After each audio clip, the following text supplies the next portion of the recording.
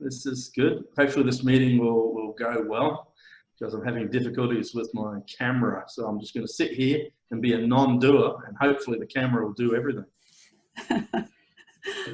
As it does. And are you good? And how is the family? How is your isolation? You're still locked inside? Well, I'm not under isolation. I'm just under social distancing. Okay. Because I'm so still... you can get out. I'm still working. Yeah, I work. Yeah. Mm. Okay. So I've been thinking about the people in isolation, and I'm happy that I'm not one of those people. Yeah. Mm. So I just practice social distancing at the moment. Yeah. Physical distancing. Yeah. I'm still socializing, but I'm just physically not there. Okay. So do you travel to work? Yeah, I drive to work. Yeah. An hour each way down a nice empty freeway. Yeah. Mm. So it's all good. I think things are going to be changing a little bit soon, as we know. Restrictions are going to start getting lifted, and you know, life's going to probably ease up a little bit. But I think we'll still be practicing social distancing for some time yet. I think this is something we're probably going to have to get used to as part of our new way of living for some time yet. Being a bit more aware of germs and things. Yeah, yeah. I've heard actually today that in Germany, since they lifted it a bit, it's actually getting worse. So I hope we don't rush, and that we take our time and, you know, getting back into it slowly. Absolutely, absolutely. Yeah. We don't want a second wave. Yeah. Anyway, yeah, I haven't seen you for a while now, since you've been here last time, but yeah, and since we talked here actually last time for our YouTube channel. So basically, how is it for you?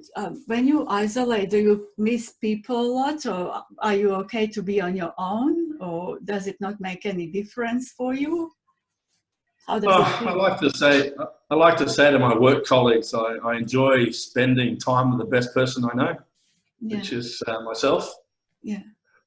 As well as obviously my family. You know, I have a great time with them. I'm honestly not too phased at the moment with the isolation stuff. I think a lot of people are secretly enjoying it. I think you know, I heard on the radio the other day that some DJ said, you know, it's taken the coronavirus to free everybody. So everybody's experiencing a degree of freedom from the 9 to 5 rat race of work. They're at home working now, so they're working under a different mindset.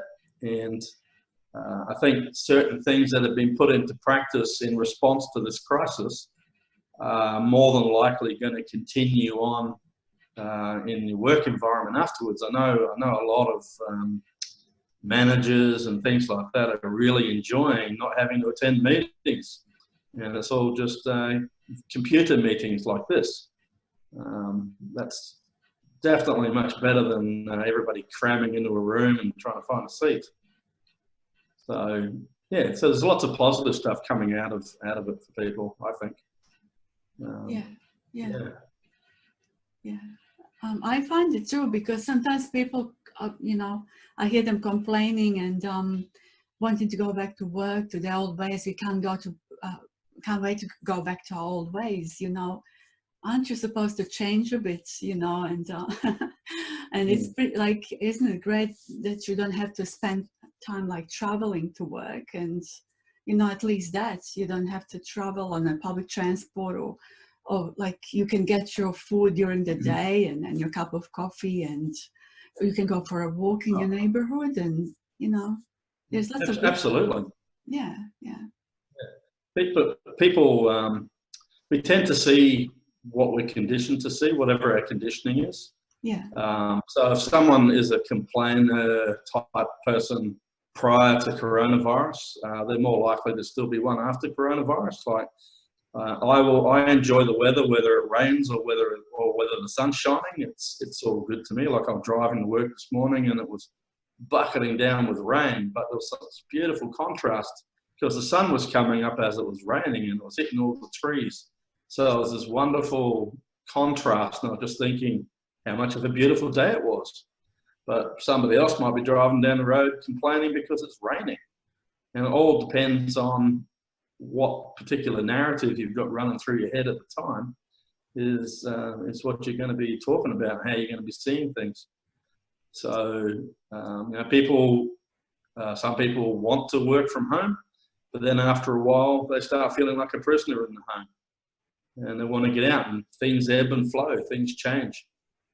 But I think it's good to have a degree of non-attachment to whatever's happening. Whatever's happening, you just hold it lightly and just travel on through, because everything that is will pass away anyway. Everything that comes and goes. We're currently under isolation, but that's only temporary. Yeah. So stuff like that, like you don't have things like, how people feel like they're waiting for something to happen and they're annoyed with having to wait. Does it happen to you that you get annoyed by waiting for something, or you don't have that sense of time much? Not really. I kind of, I gave waiting away. Waiting kind of is an attachment to an outcome in the future, and you're looking at where you are now and wanting to be somewhere else, or either contextually in your mind or in a different place. So it's all those little subtle things. I think it's good to just recognize that waiting is part of a game called time, and that you are where you are now. You might be aware of something that might be coming down the track a bit later on, because you can project that far ahead and you can experience impatience about it if you want. But the reality of it is that that's all just a mind game that goes on. And I think if you can recognize the stickiness of that, the stickiness of thinking, I need to be somewhere other than where I am right now, that's actually an illusion. But it can be a sticky illusion that can catch you unawares until you see that it is just an illusion, that you need to be somewhere other than where you are. So I think waiting, I don't know if I wait for things. I kind of sit and observe and watch. I might know something's coming. Like I go out in the morning and I'll be fully aware that the sun is rising, and I'll sit there and wait for the sun to rise. But it's not with a sense of anxiety that sun needs to rise faster than what it is. So it's not an impatience connected to it. So annoyance has to do with expectation. And I know a lot of people working in the clinical field, dealing with clients or mental health, they might want the client to be moving along faster than they are. You put so much work into it, they're not getting anywhere. And that sort of stuff comes down to a projection of your expectations upon a set of circumstances that you think need to be happening faster than they are. But once again, that's just mental projections and belief structures and all that sort of stuff. If that just drops away, then it becomes much more peaceful. Yeah. All there is just the immediacy. Yeah. Cascading immediacy of the illusory nowness. It's just that. And the reason I say the illusory nowness is that nowness is itself an illusion. Yeah. People look to the gap between the thoughts, and that's where they think they're going to find the peace, but there is no gap between the thoughts, because that's itself an illusion. Yeah. The whole thing is an illusion. Yeah. Yeah. So when you say stickiness of the thoughts, is it kind of sort of like fixation? Is it still possible to like fixate on a certain event and having a repetition of that non-stop? That can something suck you in still, or is it shorter, or does it not happen for you? Oh, I'll give an example. I downloaded the TikTok app. Application. You ever heard of the TikTok app? TikTok, yeah, I've got And it. there's some really good stuff on that, but there's some stuff that's really repetitious. Yes. And it's the same tune going over and over again. You can find, if you switch off the app, and you've got this thing echoing in your head, just going on and on and on. And I've now deleted that app off my phone because I could see it was part of it just felt to me like a bit of conditioning was trying to happen with that, where I would become, it's like someone starts whistling a tune, next thing you know, it's in your head, and it's just doing these like a mental meme just going around inside your head. And that sort of thing, I'll just walk away from because I can see where it's going. Like if I continue subjecting myself to something that's continually repetitious, I'm teaching myself to be in a repetitious frame of mind. Like I'm holding on to it and not letting it travel on through. So that's about as close as I can come to talking about fixation. So when I use stickiness, it's something that's glittery and will hold your attention. And it's like a novelty that appears before you, and you're fascinated with it for a time. And then you recognize that there's a fascination happening and you're being drawn into something. And then you see through it and it just goes. So, makes sense? Yeah, yeah.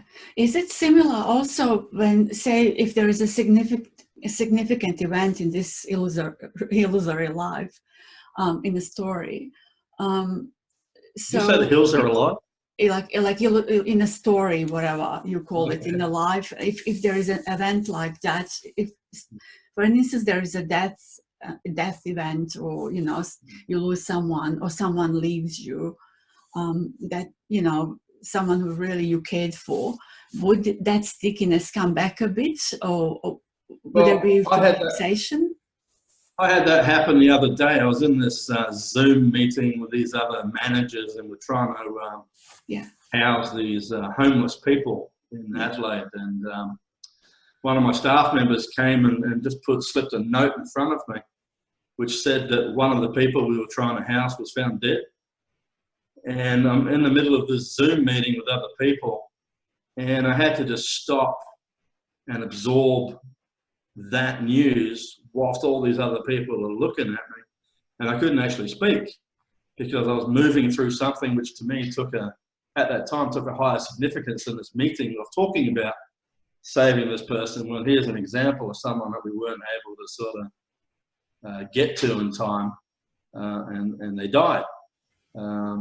So I had to say, look, I've just received some news and I'm just working through this before I can respond to your question, because to me, it was an event that occurred. A thought presented itself in front of me of this, and then there was a whole narrative around that we had put so much time into trying to save this individual. Lots of work that the whole team had done trying to save this person to no end. And so it was a sort of one of these left field things. And you experience, I experienced the sensation of that sense of loss, that sense of someone had just died that we were trying to save, that we weren't able to do it. So it was an occurrence. there was a sadness that passed on through. Nothing was resisted. Nothing was denied. It was about that this is the reality of this life that we're living in, is that this happened. And I did not deny the reality of it. I embraced it as much as I could. But because I'm fairly disciplined with regards to, I guess, my mental faculties and practicing self-reflection, I was able to continue on in the meeting while compartmentalizing this other aspect that had occurred without taking away from the honor and respect that it was due as you know, the passing away of a life expression. So that was something that occurred, and I think we do it a disservice if we just deny the reality of that, because it was real. You know, it really happened on one level. On another level, it didn't, and it's, you know, it's okay. It's okay to experience whatever you experience. Like, you don't have to feel threatened by the reality of that, or thinking that in any way you're not where you should be. That everything's okay to engage in. You know, this, and this is the sort of going into this duality, non-duality type stuff. Kind of where all the pointers lead to that we're talking about, like, is basically seeing both of them, the non-duality pointers and the duality pointers, as both being completely meaningless and worthless, really, in the end. That there's a freedom of being, or that doesn't concern itself with trying to understand something, or seeking to sort of hold on to a non-dual perspective, or which splits the world in half and says that, you know, to talk about something other than non-duality is somehow less than non-duality, when really everything is okay. There's nothing is greater than anything else. Nothing is better than anything else. Nothing is more spiritual or less spiritual than anything else. That whole thing of a greater spirituality versus a lesser spirituality, or a purer conversation versus a less pure conversation, all of that is just illusory concepts that people get trapped into, thinking that one thing is better than the other, when really it isn't. It's okay. Like, we started off this conversation tonight with just talking about mundane things, and those mundane things are in no way less significant or less important than something that might be deep and lofty, with something that gets labelled, oh, that's true non-duality speak. Do you know what I mean? Mm. When really, you know, we have the freedom to flow between both and be neither, without thinking, oh, I've spoken too long about this. I need to now go over to this, to, you know, finish it on a non-dual note or something like that. And it doesn't need to be that way, because that which you are really doesn't care about non-dual and duality. You know, there's a deeper seeing that really doesn't mean a thing to it. Yeah, so you think it's pretty much as when I spoke to Richard the other night also, he said there is nothing special about this. Like, he says it in similar way, like, you don't become any special, or no, it's not at just all. a state. So yeah. Yeah. Yeah, not at all. Absolutely not.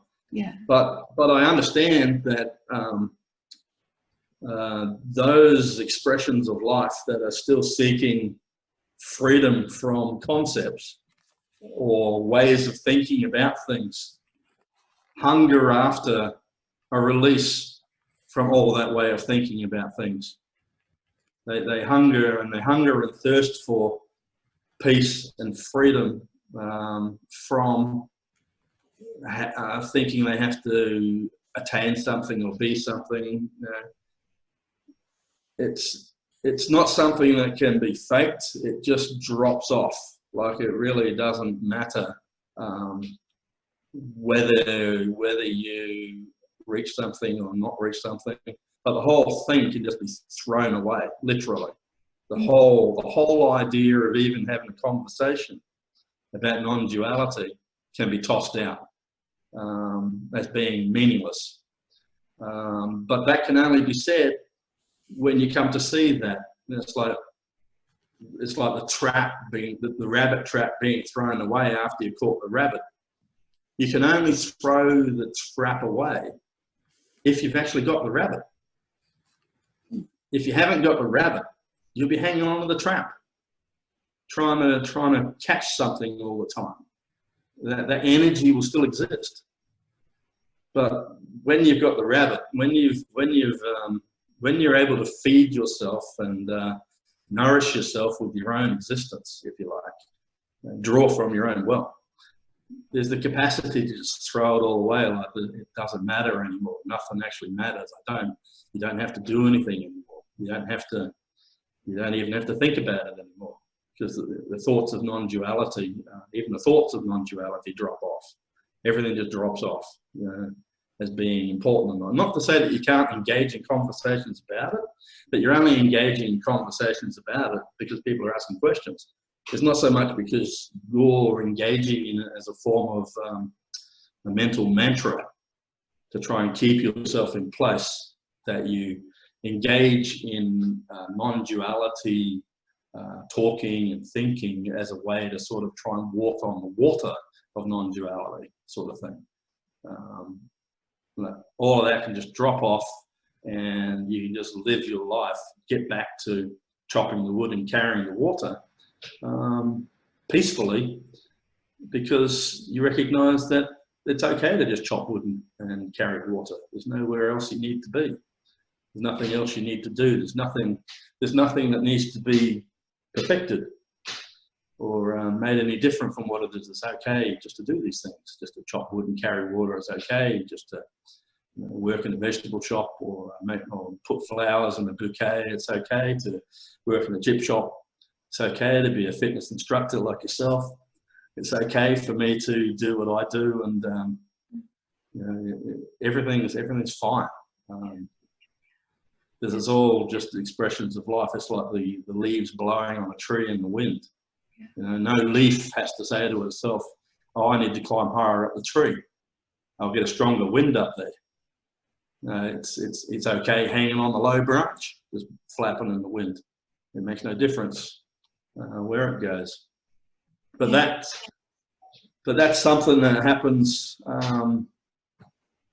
when the idea of non-duality as a thorn to say that you're not an individual, when that thorn gets let go of, the thorn of non-individuality or non-duality gets let go of, it's truly a stateless state, or a place where it really doesn't matter. Like, there's just no importance of it, and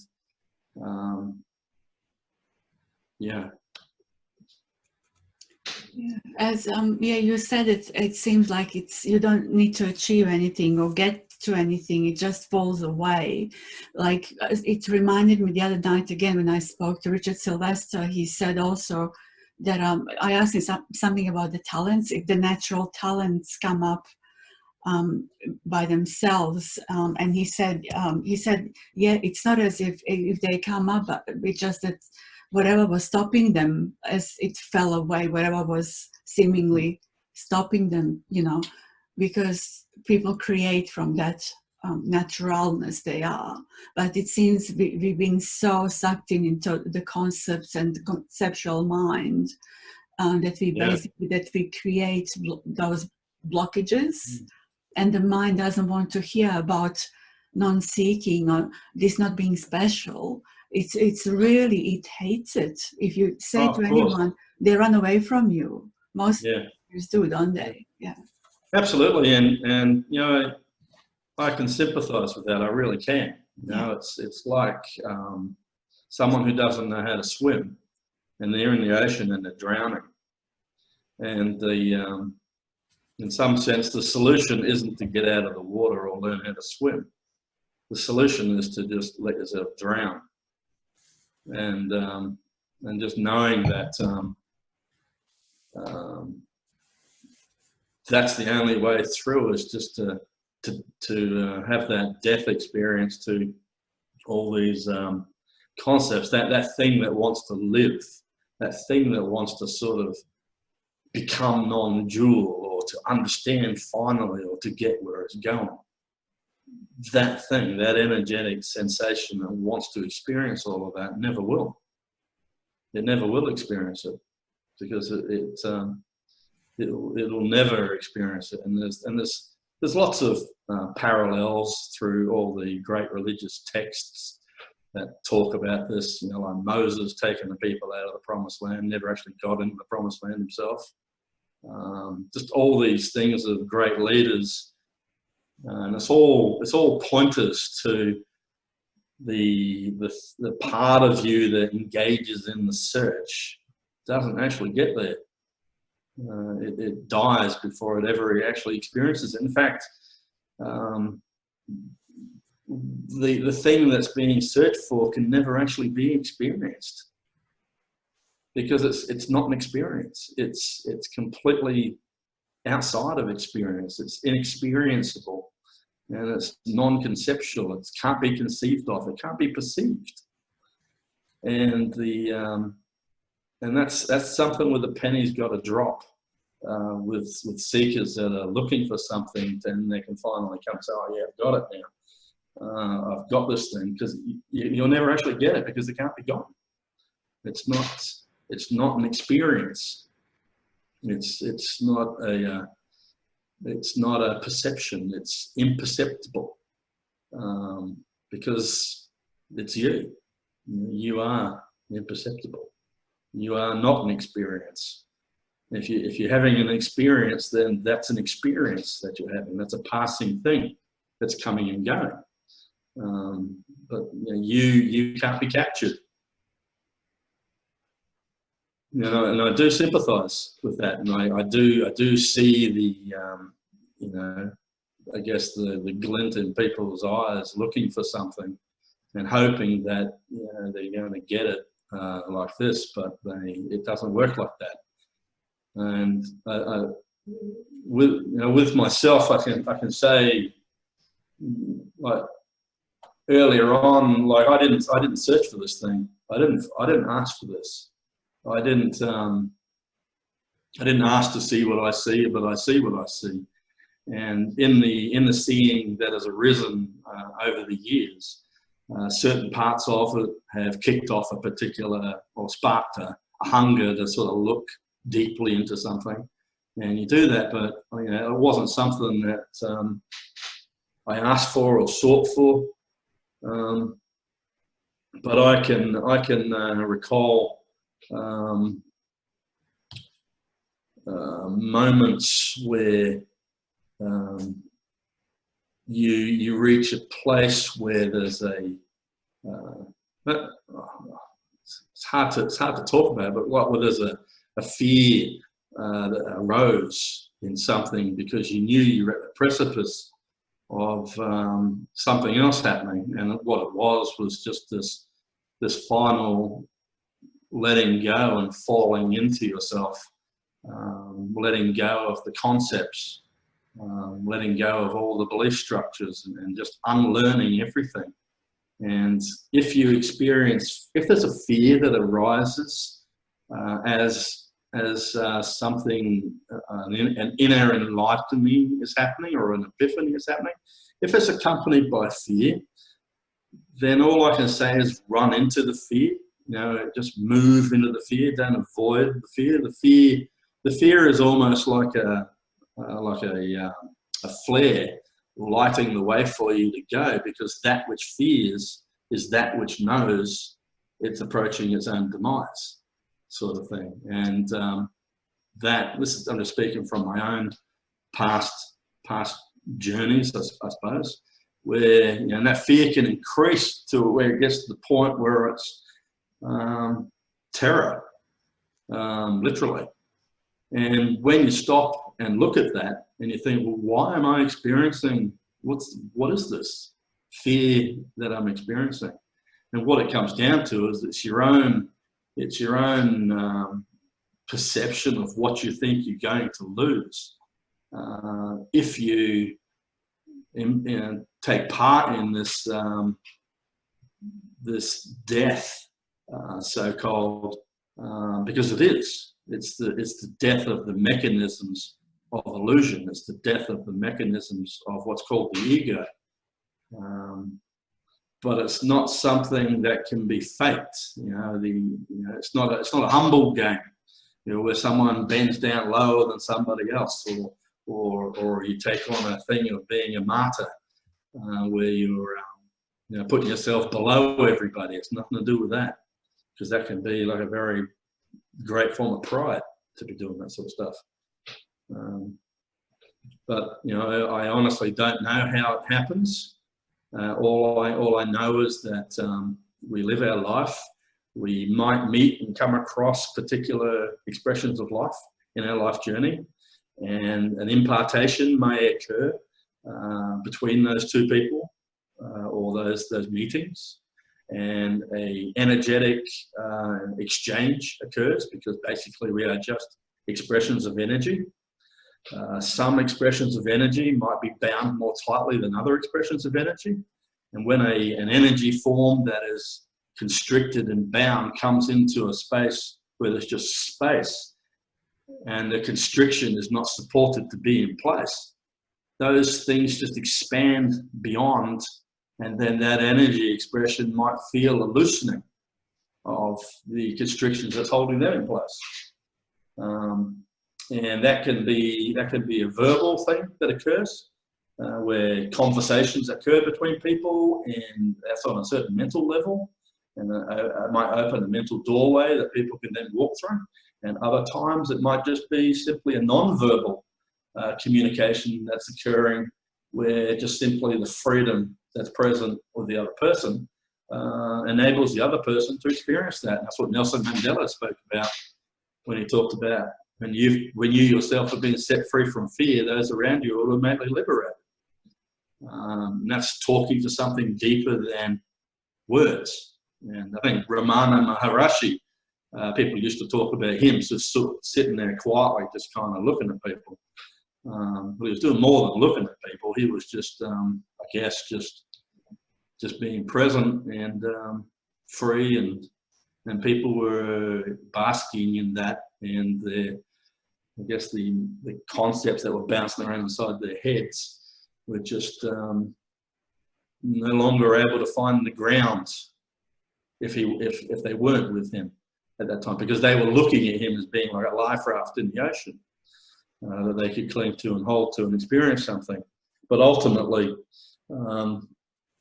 he was only ever just an illusion to them. None of those individuals actually needed him at all, and he would have said the same thing to them. And none of those people that go and see Natan Raj, Nisargadatta, none of the people who went to see Nisargadatta really needed to see Nisargadatta. Really, every one of them were identical to him. It's just that they didn't think they were, and those thoughts held them in place. They were bound up. It's like the elephant Dumbo with his feather in his trunk. He didn't really need a feather to fly. He could fly, and the feather could be the guru. The guru's in the trunk. As long as I've got hold of this guru, I'm going to be able to fly. But then he accidentally drops the feather, and then realizes, gee, I can fly without the feather. What was I ever hanging on to the feather for? But if the feather could talk, and if it's an honest feather, he would have told Dumbo, hey Dumbo, you don't need to hold me in your trunk. You can actually fly. I'm just along here for the ride. Do you know what I mean? Mm. Yeah, yeah. And people tend to hold on to that feather, thinking they need it. And fortunately, at times it seems unfortunate when the feather falls away and you think, oh my God, how do I stand on my own feet? Without realizing really you always stood on your feet. And that's almost having a courage to see that, to basically, as there is almost like an earthquake and you've got nothing to hold on to, you know, just free falling. Free falling. Absolutely. Yeah. Absolutely. And it does take courage, you know, at the beginning. Like courage arises in line with the fear. If there is no fear, there would be no courage. And that so courage is something that comes into place, which will, you know, a challenge will arise within you just to simply walk the walk, you know, just simply stop identifying as the body. Just stop it. Just, you know, don't take on that identity. If you don't want to be seeing the world through a body-mind identity, then stop thinking you're the body. You know, just stop it. You don't have to view that. Just view yourself as a non-body, and walk down that line. See yourself as basically everything that appears within you. See yourself like that instead for a time, and then after you've practiced that for a while, go back to seeing yourself as being looking out of the world through a body again, and just move back and forwards between both of them, so as you get the flexibility to be either or nothing. It's okay to jump back and forwards. You know, it's okay to you know, practice these things. Like sometimes for mental exercise, I'd be you know, years ago, I'd be driving down the road, looking up at a cloud, and then like mentally projecting myself up to the cloud to look down on my car as I'm driving along the road to see what it would look like from the cloud's perspective, looking at my car driving along the road. Or I would look in the car in front of me that I'm sitting behind and just project myself into the driver's seat of that car in front of me, looking at my own car in the mirror of that car back at me. Now it's all just imaginary little mind games, but it helps just to free up that sort of perspective of always just looking from the one place. And then eventually it kind of got to the place where I could you know, feel the grass underneath the feet of a bird as it's walking along the grass, and just or a bird in the air.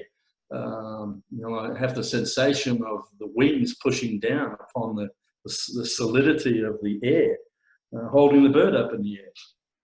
And so these were all sorts of ways of just moving your sort of loosening your mind up, just to see things differently from different perspectives. And I think that's it's good practice to engage in if you're going to do anything. It's just to practice seeing things differently, you know, and fully being aware that it's an imagination thing that you're engaging in. But the imagination is also just a tool. It's not a bad thing. It's not a good thing. It's a tool that helps you experience a degree of freedom from a particular way of being stuck. Well, when you think of that, imagination is like everything. Everything is imagination. Everything is image in our head. Yeah. Absolutely. Yeah. You know, and even, you know, you're driving down the road, so you look at the car from the perspective of the road. You know, the tires traveling along the bitumen, and you know what that feels like. And some of the stuff can be sort of a little bit, you know, working your brain a bit, but that's what it's about. You develop that imaginary muscle, because we're living in an imaginary world. So, you know, go for it. There's nothing wrong in that. You know, it's whatever helps someone sort of experience, you know, a loosening of the conceptual prisons that they're in. Yeah. Yeah, so basically imagination and all these images, they in our head and in the mind. But if there is no mind, no thoughts, there are no images, there is no even world, imaginary world or whatever. If you don't imagine any objects, because you can't imagine without the thoughts, but thoughts are there. So when I appear, the thoughts appear, and the world appears and images appear, and then there could be imagination that there is something wrong with me, you know, and I might feed that imagination, gets fed, there's something wrong. And when you call something really bad, turns out it wasn't probably even that bad, because you said before, where there is a fear, there is a courage also. It's kind of the same thing when you think of that, because just it reminded me how in this situation personally here, how it happened, there was lots of fear before I had courage to look into this, you know, or courage arose for this body mind, because when it gave up, like just like that, because it could not take it anymore, the fear was too much, energy of fear was enormous, that let it all happen. And and that's the thing too with imagination. My imagination is like the primordial sort of ooze from which everything manifests itself. Like, you know, how do we invent the telephone? You know, like it just came out of you know, people tinkering with things in their heads, and the imagination sort of created something. It crystallized into a conceptual sort of underpinning, and then from there they were able to sort of bring it into the earth and give birth to it. So imagination is a very powerful tool that can't be minimized for its capacity to allow you to see things differently, and that's okay. It just helps loosen up, so as you can then travel freely through all these things, through all these different sort of shifting perspectives that occur in life. You know, you can let go of non-duality. You can let go of duality and not even bother with the whole thing anymore. It's like really doesn't matter. You know, it's not. You're not gonna. Nothing bad's going to happen to you, or you're not going to lose anything. You're not going to go to hell. You're not going to become a lesser person. You're not going to sort of miss out on the blissful existence that's promised to everybody. That's a true non-dual person.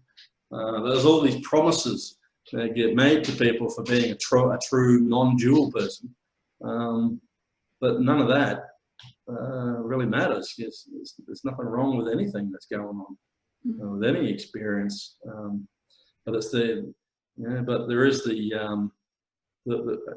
think the thing that's inescapable and always does remain is just the freedom of not caring. Like, that's an amazing thing. It's not a nihilistic position. It's more of just a freedom of recognizing that it's okay. You know, it's perfectly okay. You know, you're the peace which passes all understanding, simply because neither concept holds you anymore. There's no longer that energetic hunger to be something. Mm-hmm. You know? Even with that forgetfulness, we also mentioned forgetfulness the other night. And to start with, you're really frightened. Like, you go, how do I live like this? Because I keep forgetting stuff, you know. If I forget my keys, if I forget to switch the hot plate off, or, you know, if I leave my oven on, and, you know, but you somehow you get used to it. Same as but you know who's worried about the forgetting? You know who's worried about the forgetting? Yeah. The rememberer. Oh, the remember. Lucky I'm not one. Well, the forgetter doesn't give a shit, because he's forgotten. It's the rememberer.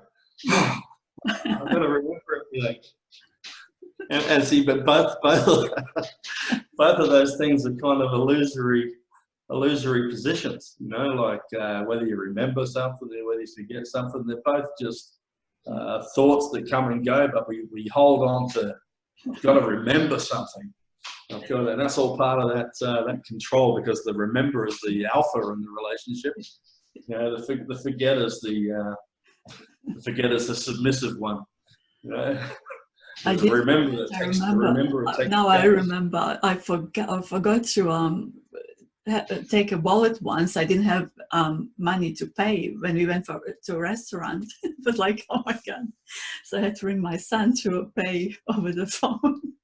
Yeah, that makes for a much more... in my life. So yeah, and if the remember had total control there, you would have missed out on that whole experience of not having money in the restaurant and then appearing in front of people and being stupid. Oh, just get on the phone. And that's a whole life story there that wouldn't have happened if the remember had total control. Yeah, so it's that whole thing of it really doesn't matter. And I do tend to use people around me as little memory storage banks. You know, I'll tell them ahead of time. I says, look, I might not remember this. You're telling me something next week. Well, they might ask me this question, what happened a month ago? I'll say, hey, I can't even remember what happened yesterday. How am I supposed to remember what happened a month ago? I can't remember what happened this morning, like half an hour ago. Exactly. Exactly. Yeah. And there's nothing wrong with that. You know, if a thought comes up which recreates for you a so-called past moment that you can look at and say, oh yeah, that's an accurate recollection of what occurred, when really it's just a dull painting of what occurred, because now they're looking at it from a psychological perspective. Memories are only memories of memories of a memory that was memory. And it's like taking a photocopy, 20 photocopies. It just gets more and more corrupted each time it goes along. That's why the memory gets so fuzzy, because it's only a copy of a copy of a copy of a copy, and it doesn't actually matter. So if something appears for you to remember about, great, but it's probably inaccurate anyway, and I'll have a lot of conditioning biased on it. But it will help you feel better because there's this memory of something that once was. But you know, it doesn't take away from this present sort of moment that you're in. This one seems to get sharper and easier to remember because it seems like it's the more immediate. This moment here now, what we call the now, seems more immediate than past and future. But it's just as illusory because it just is less time has passed, so-called. There is no now. The now is just as illusory as the past and the future. The now is just where you're sitting in this particular illusory point right now, so-called. Time is just an illusion. Even that now is kind of limits you in a way, even to say now. Yeah. Yeah. Well, there is no now, because what we call now, our brain, from a neuroscience perspective, they say there's a several second gap between what's actually happening and when your brain perceives it. So you're actually continually looking. You're continually looking at the past that's been reordered by your brain to make this experience palatable to you. This illusory little mechanism that's going up in the brain that we just get conditioned to call it now, but actually it's past. Because by the time it registers in us, by the time the connection is communicated between sight and the nervous system translating something, it's actually gone. But we call it now because we've just received the data. It's like seeing we look up into the sky and we see all these things up there, all these lights that we call stars. And, from this perspective, they're like 10 light years away, okay? So we're looking at the light that occurred 10 light years away now, but that actual light, that star that gave that light, not even exist. right? But we're calling it now because we're seeing it now. But in reality, it might not even be there. But we just haven't gone that tight 10 light years of time to recognize that they're non-existent. Yeah, so it's all illusory mental constructs or mental concepts. Yeah, space and time, they're kind of useful for the life to live in this manifestation. But like when I close my eyes, where's the space, you know? I open my eyes, there's space seemingly, but I close my eyes, there's no space. There's no time, there's nothing in the way, you know. And when you open your eyes, it allows the concepts and the conditioning to sort of flow in. That tells you that there is space, you know, distance between yourself and the computer in front of you. But there isn't. You know, there's no space there. It's only a more subtle form of energetic movement occurring there. But it doesn't exist. There is no vacuum. There's even in outer space with the so-called vacuum is that can have ripples getting caused in it by black holes colliding, which show that it's you know, it's not a vacuum. There's no such thing as a vacuum. No, there is no space. Everything just is all just one energetic occurrence occurring at different vibratory frequencies. But all that occurs within what you are, but you're not that. You know, you're not the energy. The energy itself gets destroyed. They're now discovering with black holes. Energy ceases to be. You know, energy isn't always and forever. Energy ceases because it's perceptible. Energy, whatever is perceptible passes. Yeah. You know, yeah. It's not always and forever.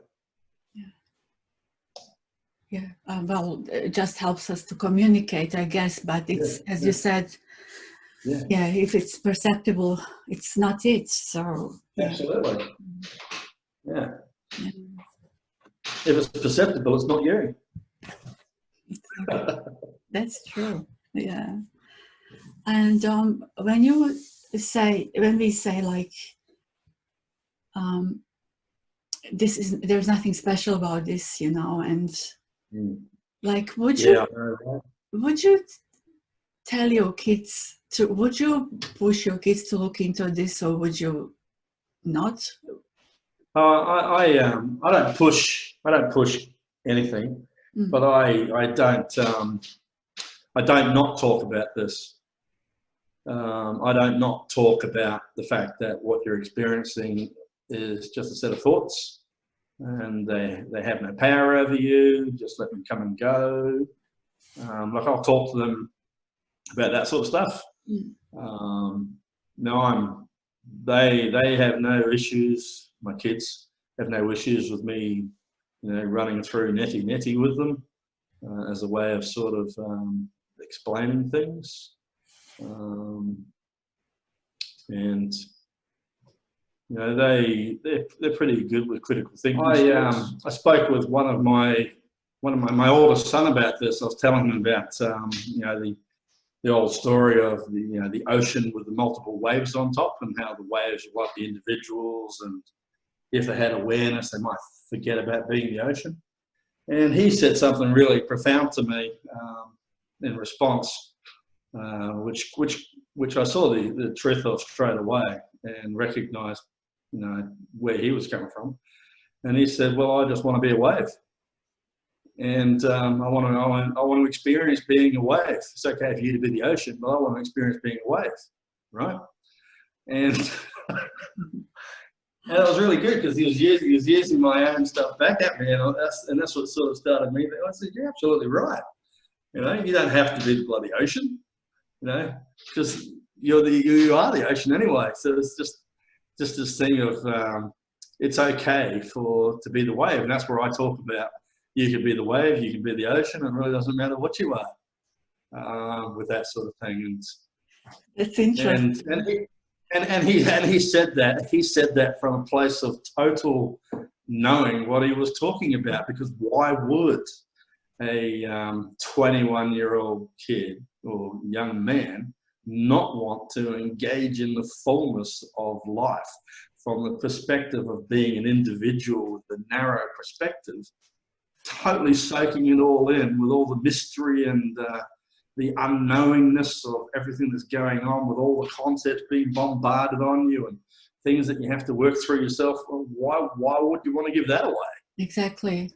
I've heard people like saying, oh, if it happened, whatever, when I was in my 20s, I would never say that. You know, I wouldn't like not to be excited, not to have my heart broken, not absolutely. You know, I enjoyed all of that. Like, we actually, Richard again and I, we talked about, he said something, he was missing that excitement, because we talked about, you know, getting excited about going to a concert.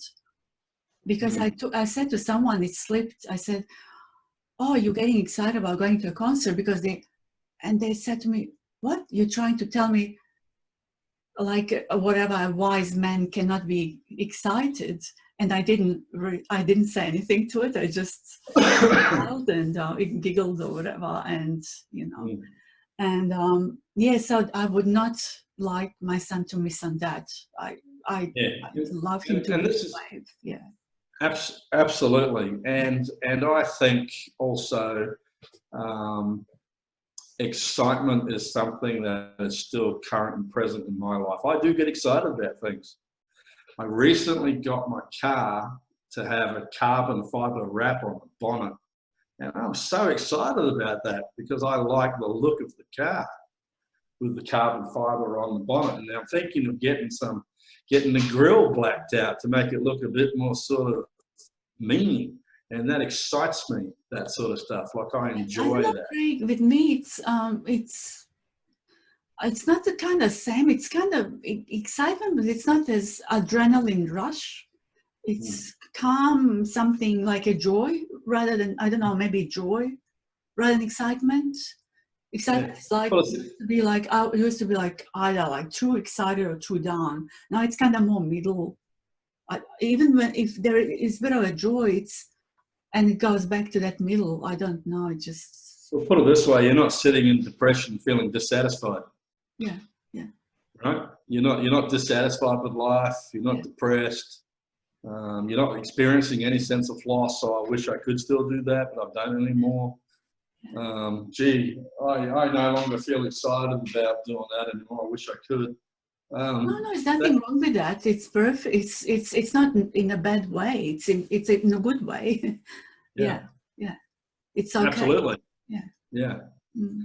And that's where I was happy for my son to, you know, be experiencing life to the fullness of his capacity with that. Like, I can look back on myself at a similar age and just raging away, having fun, partying on, doing whatever I want to do. And it's all within a very small sort of perspective. And that's good. There's nothing wrong with that. You know, I wouldn't take that away. Why would you take that away from somebody?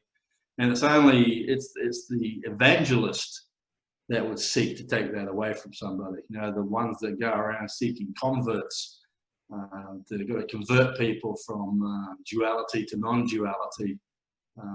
It's those who would see these people are engaging in a lesser existence because they don't see what they truly are and all that sort of stuff.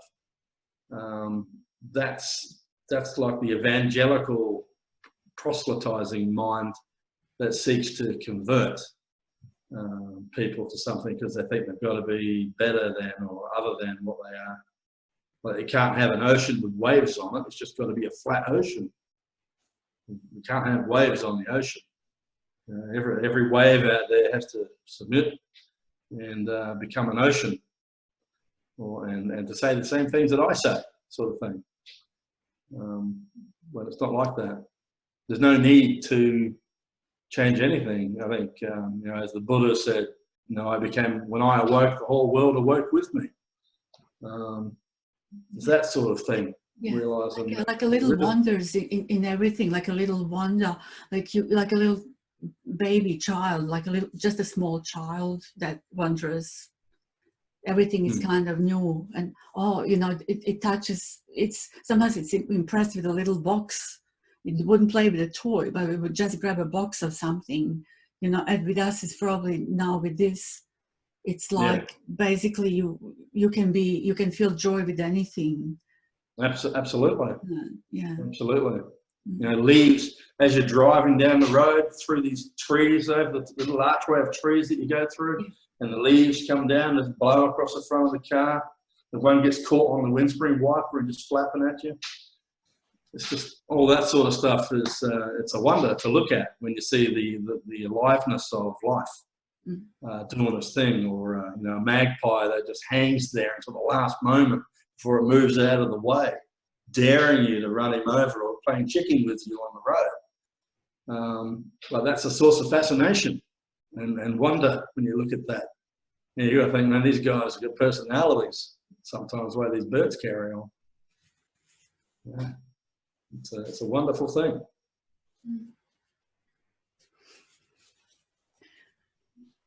So,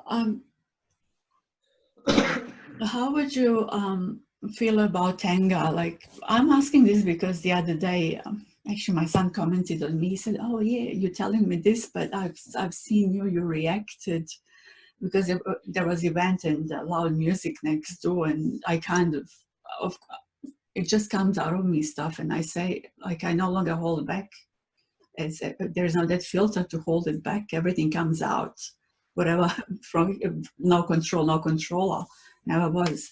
And he said to me, like, yeah, but you were angry before. And I said to him, well, I tried to say to him, I said, it doesn't hit the brick wall. That's that feeling now. So it seems, and do you feel like as this anger now arises for you, that can be even some kind of creative energy might arise through that anger? How do you feel about thunder and lightning? Yeah. Or hailstones? Yeah.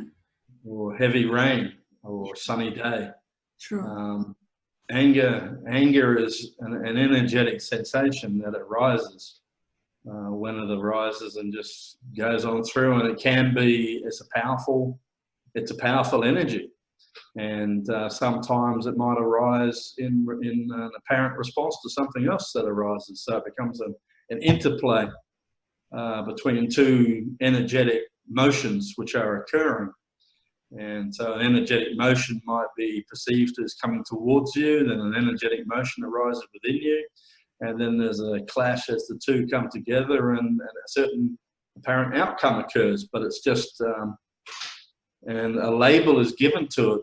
The word anger is given to this sensation. Another word could be given, but the word anger is the word that's given to it. And then with the naming of something comes a story about that, whether it's a good thing or a bad thing, whether it's got to be kept in control, when it should happen, when it shouldn't happen, what's the correct context. All this sort of stuff goes on. And we learn to, through conditioning, control our responses so we're more socially acceptable by what we see around us. We'd never do like a 2-year-old kid does and throw a temper tantrum in the supermarket, because we've learned conditioning. But the kid that releases the energy doesn't experience the same psycho trauma as an adult does that's sitting on it, trying to control themselves so as they can appear good to others and to themselves. The kid just does what it does, and then an hour later, there's not even like it never happened. It might be 5 minutes later, like it never happened. So it's we learn to repress energetic sensations that arise within this body mechanism conduit. We learn to repress it, and in that repressing of it, you feel the power of it. But if you just let it go, then it does what it does, it moves. But part of the reason why anger sometimes arises more strongly in certain individuals over other individuals is because they might be having a particular expectation that things should be other than they are, or something personal is occurring, and they're looking at things through their concepts of right and wrong, good and bad, and that causes something to occur as well. Not that there's anything wrong with any of that, but just like don't resist any thought that comes and goes, it's the same with emotions. Emotions come and go. You know, it's okay to, like when I was talking in that meeting, I literally had to stop. And it was only because I was in a situation surrounded by people who were talking at this high level meeting, dealing with something, I had to take a pause to allow this grief to pass through me in a way which was probably a little bit noticeable to people, because I paused and I actually said, well, I said, I've just received some bad news. This person's died and I'm just working through it. So I actually communicated what I was experiencing. I said, I'll just take a couple of seconds here to work through this. And then I was able to work through it. But just like that, something that comes and goes, so does anger might come and go sometimes. And sometimes I'll be with a work colleague, and I do this. He's an Aboriginal fellow. He experiences anger at the racism that he experiences. And anger is something that helps him has helped him throughout his entire life to stand up against basically white oppression against him, which is still an ongoing thing for him. And so I will experience that anger with him. I'll be with him experiencing that. I'll talk from a place of anger, because it's an identification with him. It's like grieving with those who grieve, crying with those who cry, laugh with those who laugh, and be angry with those who are angry.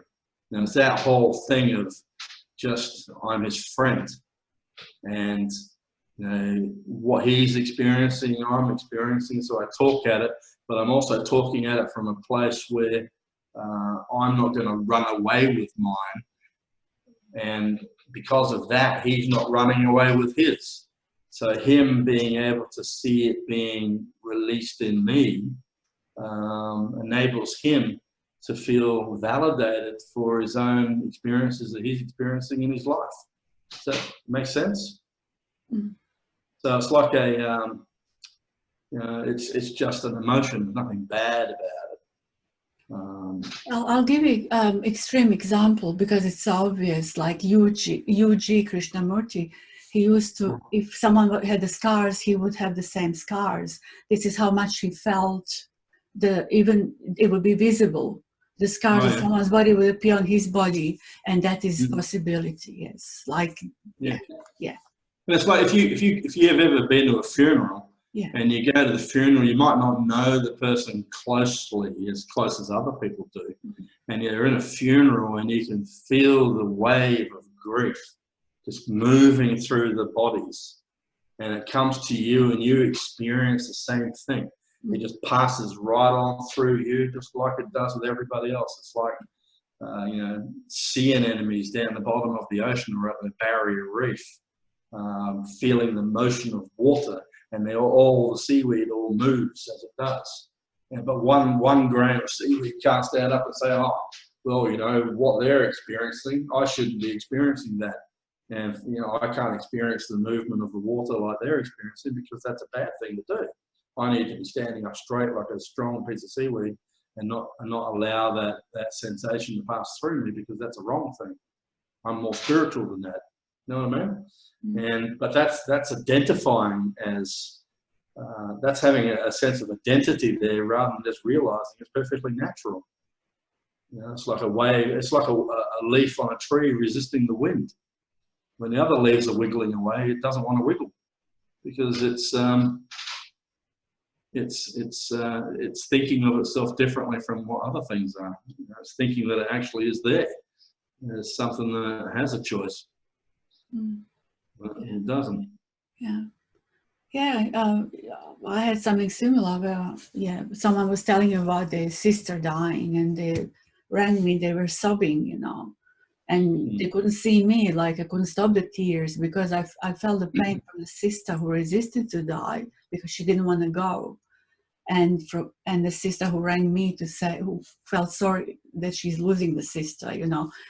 Everything went right through the body, you know. It was quite for hours and hours, like the tears and yeah, that kind of stuff. So yeah. And it is unfortunate that at times the non-duality world, or the world of gurus, do and try and present this detachment thing as being a sign of advanced spirituality. You know, like they don't get fazed by anything that happens. You know, like Yeah, people drop dead and they don't give a shit. Yeah. You know, that sort of stuff. I've heard one of the gurus saying, like, when their child died, they were not moved. Yeah, or even, you know, even in the New Testament. But crap, yeah. The disciple comes up to Jesus and says, "Oh, hey, Jesus, I want to follow you, but my dad just died, and I just want to go and bury him, and then I'll come along." He says, "Nah, you just let the dead bury their own dead. You know, you come with me." And there's that sort of elevated, advanced stuff that gets put out there. That's total crap. Yeah. Because it's denying the fact that, you know, you're in this bodysuit for your entire life that's got 5 senses, and more than 5 senses, but all these sensations experienced through it. Like, why would you deny it? You know, anything can be attachment. You can have chocolate could not be good for you. You know, anything is kind of, yeah, you can be attached to anything in a way, or addicted. Yeah, and there's nothing wrong with that either. Yeah. You know, it's you know, like I'm pretty addicted to breathing, and this body just seems to just keep on breathing by itself. You know, it is what it is. I'll be here as long as this thing continues breathing, and after it stops, then I won't be. I'll be, you know, I won't be. Mm. But there's nothing wrong, nothing right, and it's about letting go of that whole sort of thinking that, you know, or if you want to keep hold of it, the thinking, right and wrong, good and bad, it's recognizing it at why it's there, which level it applies at. You know, why is there right and wrong? Why is there good and bad? And then you just recognize, okay, so that's what's being taught in this particular dimension that I'm in. These things are good as good. This is good as bad. Right and wrong. And you see it for what it is, which is just basically conditioning that goes on. It doesn't actually exist, but it's something that you take on and you live accordingly to it. Yeah. Yeah, they try to present as if one is a Superman now. In a contrary, it's more like vulnerable. I'd say you're more vulnerable in a way, but at the same time, you seemingly strong, but you're very vulnerable. And from that humbleness or vulnerability, some kind of, whether it's a courage arises, or I don't know. I call it being supernatural. Yeah. Supernatural. Mm. Yeah, so it's like supernatural. I like that, supernatural. It's supernatural. And that sort of stuff. That's where your superpower is, by being supernatural. If you're a Superman, then be supernatural. Have the courage to be recognizing that fear does pass through you sometimes. Anxiety passes through you sometimes. Anger passes through you sometimes. Don't deny anything that occurs. Everything is happening. If you say it's not happening, then you are a liar. Lying to yourself and lying to other people. Most do, trust me. Most do. And you're reinforcing the illusion of falseness with regards to, you know, what enlightenment is, or what awakening is, and all that sort of stuff. When it's none of those things, you know, it's the opposite. Actually, it's coming to a place of recognizing all the stuff that we're talking about is basically all bullshit, and it's just about living your life naturally, completely freely, knowing that everything you're doing is all right. It's okay. And yeah, and it's the end of all stories. You know, I bang on about that a bit sometimes, being at the end of all stories, recognizing that anything that you think you know is only you thinking you know it. It's just a thought that you know. You know, prior to that thought that you know something, there is no knowledge. There is knowledge. Knowledge is an illusion. You know, prior to awareness, there is no awareness. Awareness is an illusion. Consciousness is an illusion. The whole thing, the whole shebang. You know. How would you define, you know, Dante's when he said, and Dante said, like, I think, therefore I am. Some people go, he's got a wrong way, but in a way, I don't think it's wrong. I thought at some stage that he said something wrong, because really, you have to think to, I mean, thinking happens, but you have to think in this manifestation to function. There's useful. I see. Yes. I see that quote as there's a couple of ways of looking at it. Yeah. So the first one is where he says, "I think, therefore I am." Yeah. Is the acknowledgement that what's called the I exists prior to the thought, right? So the I is there prior to a thought, right? So that's one way of looking at it. Another way of looking at it is, I think, therefore I am. So it's like, this which I think I am, I have created by thinking it into existence. You know, this thing called the personality, or that you know, the I amness itself is illusory, right? The I am is an illusion, because the only way the I am exists is because there's an awareness of it, a knowledge of it, but that itself passes away. Prior to any knowing, prior to any consciousness, there's no knowledge of an I am. I amness has got to do with knowledge. It's got to do with a consciousness that sees that. So I have thought the I amness into existence, and that's part of the creation. So Nisargadatta talks about this. You know, he talks about you know, being prior to the I am. You know, prior to that knowledge of being. You know, and many times he would say, I don't even know that I am, right? And that's where he starts getting to that place of where there's nothing out there that can actually know anything. There is no knower. Prior to the knower, there is no knower. If you know something, that means there's the knower there. If you're aware of something, that means there's an awarer there. But prior to, and that means there has to be something there, some entity to know, some entity which can be aware. But prior to that, there is none of that is even aware of or even known. And so if you want to know if you're in illusion or not, the fact that you know means you are. You're engaged in the dream. It's like you're engaged in lucid dreaming by being aware. You know, it's like if you have the virtual reality goggles that we put on our head, and those virtual reality goggles enable us to see things and be aware, the awareness comes when you put on the goggles. If you take off the goggles, the awareness which was there goes with it. The awareness itself works with consciousness to create this illusion. It's part of the mechanism itself.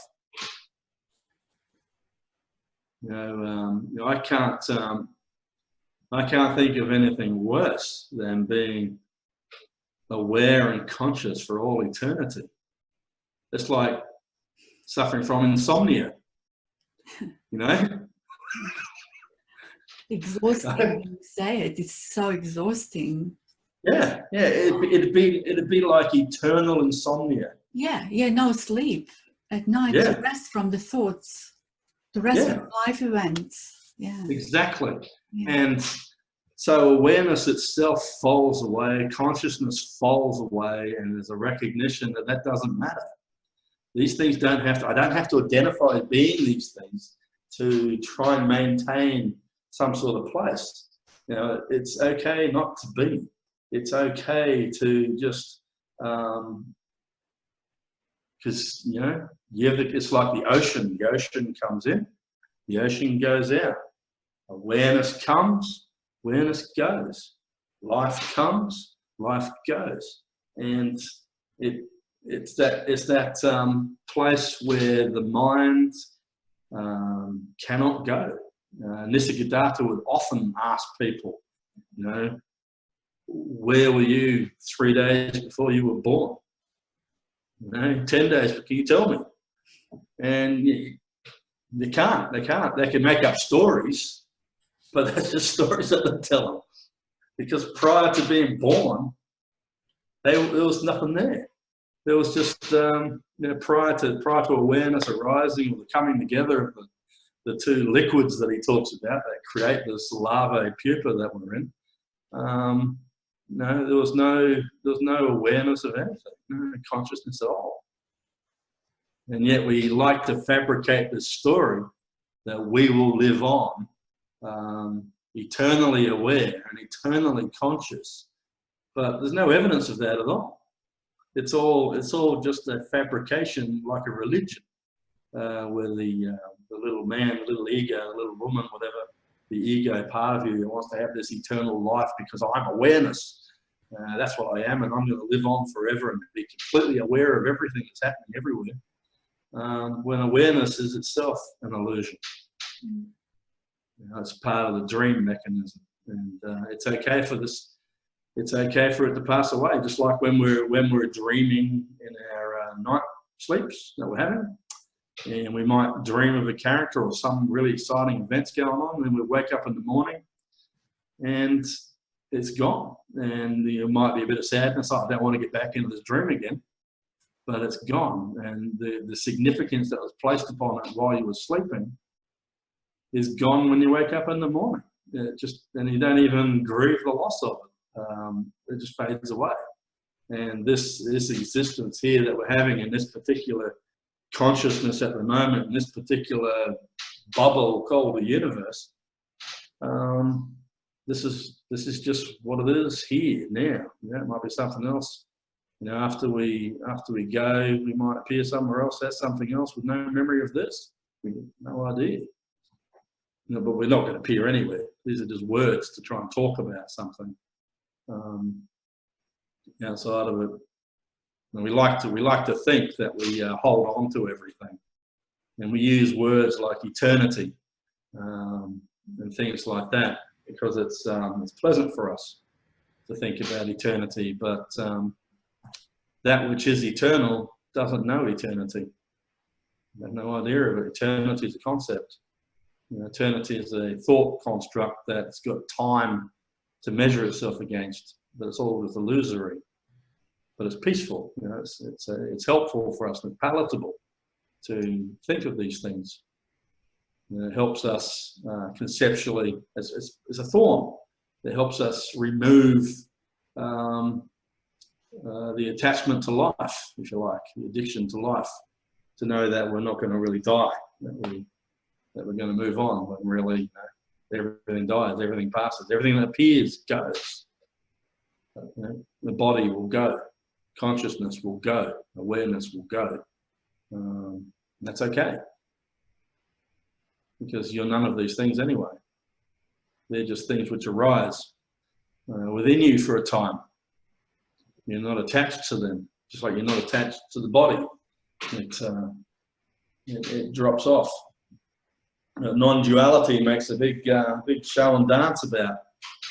You know, the non-dual person has finally arrived at the place where they can identify as being something. You know, they are awareness, or they are consciousness, or something like that. You know, they are that which sees the consciousness. When really, you know, you can never be actually experienced. So because you can never actually be experienced, how can you even talk about it? What are you talking about? You know, if you're talking about something, then you're talking about something. But you know, you can't actually ever be talked about because there's no way. And there's all pointers in all the religious texts that talk about this stuff too. I think it was I talk about Christianity because we're in the West, but I was in India, I talk from a Hindu perspective. But in the West, they talk about Paul. Like Paul had this thing where he was, had these visions, he was taken up to heaven and showed these things that the mind could not express. And it's all a pointer to the beyond, or the beyond the illusion sort of thing. Is can't actually be talked about. You can't actually put it into words. You know, everything that we're talking about here is just talking about stuff. But it's yeah, and hopefully it's all conceptual, which leads beyond. You know, it leads someone into the place where, you know, beyond the cul-de-sac of thoughts, into the place of recognition that it's all just thoughts. And, you know, seeing the mirage. Once you see the mirage, then you know it's a mirage. So we talk about the mirage. And over time, with enough talking about the mirage, eventually people come to see it is actually a mirage. You know, over time, they might see it's a mirage, or they might see it straight away. But then the concepts all come in, and then they gradually fall away, and it becomes clearer and clearer that it's always ever just been a mirage. So we spend a lot of time talking about something which doesn't exist. And that's kind of what we do here with non-duality. You know, there is no such thing as non-duality. Non-duality doesn't exist. That's just a concept. Just like duality, it's just a concept. So we're all seeking non-duality, and in the seeking of non-duality, the non-dual experience, and seeking that, we give reality to that which doesn't exist. You know? It's just a perception. Yeah. Non-dual, just another perception.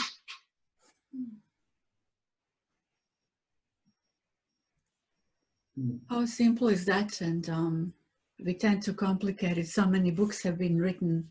It's just simple being. And you know how many insights when you think came through you? Like some of us would have had the insights, oh, is this a dream? Is this real? We wake up in the morning and we might stand in the field, we look around, and you don't know if it's a dream or reality sometimes. Am I dreaming this? Which is exactly, this is a seeming dream. In a way, it seems like a dream anyway. That's maybe the closest I can describe. But and we talk about that so much, you know, because, but it's so, we tend to complicate it and go and, oh, I need more of this, and I need more information, where no information is necessary. As you said, you can only remove the thorn with the words, with the concepts, with the mind and the words. You can remove that to recognize it. So. And the talking about it's okay, but I think part of the reason we do talk about it so much is because we're still trying to accept it. We're still trying to sort of hold yourself in place with something by continuing to talk about something, because there's a sense of security that can be gained from talking about the topic. Because there's a belief there that it needs to be talked about and held in place in order to know that you've still got it. It really has been my sort of experience with this, is that the more you walk away from this, the more you let it go, the more obvious it all becomes that it didn't need to be something that was held onto at all in the first place. It's a bit like you know, someone might be in a particular religious establishment, whatever the religion is, and accepting all the doctrines that are there. And then somehow within them, a little curiosity begins arising. And then curiosity grows, and then they can see themselves walking out of the building and no longer holding to that same faith structure that all the other people that remain behind continue to hold to. And they're on the outside now experiencing this freedom and expansion of perception that was never available to them previously in the religious establishment that they were in. And it's kind of like that with this sort of stuff, the non-dual world, where we hold to words like non-duality as though they have some significance over another word, or we view one strain of conversation as being a non-dual conversation, whereas there's another conversation which is dualistic. conversation. We shouldn't be spending too much time talking about dualistic stuff. We should always be talking about non-dual stuff. Can you really talk about non-dual stuff? Well, that's right. It doesn't exist. No. There is no. This is dual. This is non-dual. You know, to talk about duality is to talk about things like air conditioners and taps and plumbing and all that. But to talk about non-duality, well, that's to quote the Ascended Masters and to do all this sort of stuff. And it's all bullshit. You know, the whole thing is total bullshit. You know, it's just talking. It's okay to engage in any conversation. You know, everything is crap. So, you know, I always chuckle to myself when I hear people talking about, well, we're getting a bit away from non-dual topics now. We'll be getting back onto non-dual topics soon. And let's not talk about bloody duality too long, you know, because I don't want people thinking I'm a dualistic person. I want to be non-dual. And that's clearly duality. You know, that's clearly the same rat trap that other people are in. It doesn't matter. There is no such thing. Right? Yeah. Yeah, but we'll engage. It's like going along to a church or religious group, and you talk the language that they talk so as you fit in, and they don't kick you out. You know, like I'll engage in non-dual so-called conversations with non-dual people, so as they can see me. Because if I talk, this is what I was talking about, the difference between a jhani and a jiva, is that people can't see the. That was yes or no. Hey. Hello. Hello. How are you? Pretty good. Good to see you. Good to see you. Good to see you. Good. Yeah. That's good. She's making a cup of tea. Good. Yeah. Can I have one too? Yeah. I wish we could give you one. I don't think we'll be able to cross over into Victoria for a little while yet because the border control or the biosecurity act. Control. Okay. So good to see her a little bit. Yeah. I like seeing her every day too. Of course you do. Who wouldn't? She's so gorgeous. You're beautiful as well. Nice and sweet lady. What's she saying? That you're beautiful as well, a nice and sweet lady. Oh, she can never catch up on Yasuma. She's just something else. Everyone says it, whoever saw her. Yeah, well, she's 1 in 1.2 billion. Here you go. Well, we better get back onto the non-dual That's a good ranking. Oh, that's so good. Yeah. Yeah, so it's, as I said in my text to you, all I can do is encourage people to just keep being what they already are, which is, you know, totally ordinary. And somehow in your own relaxation and peace of confidence, that other people will take the confidence just to, you know, walk free of the prison of, you know, non-dual expectations, and recognize that, you know, anytime anybody tells you that you're no longer speaking non-dual, that's an indicator of a control structure in place, right there, you know. But non-dual is okay, since Craig is gone, we lost him. But before I finished, I just want to let you know that we intend to have an open Zoom meeting with Craig, and we will might have a chance to join in Craig in one of our conversations. So have a good night and thank you for watching.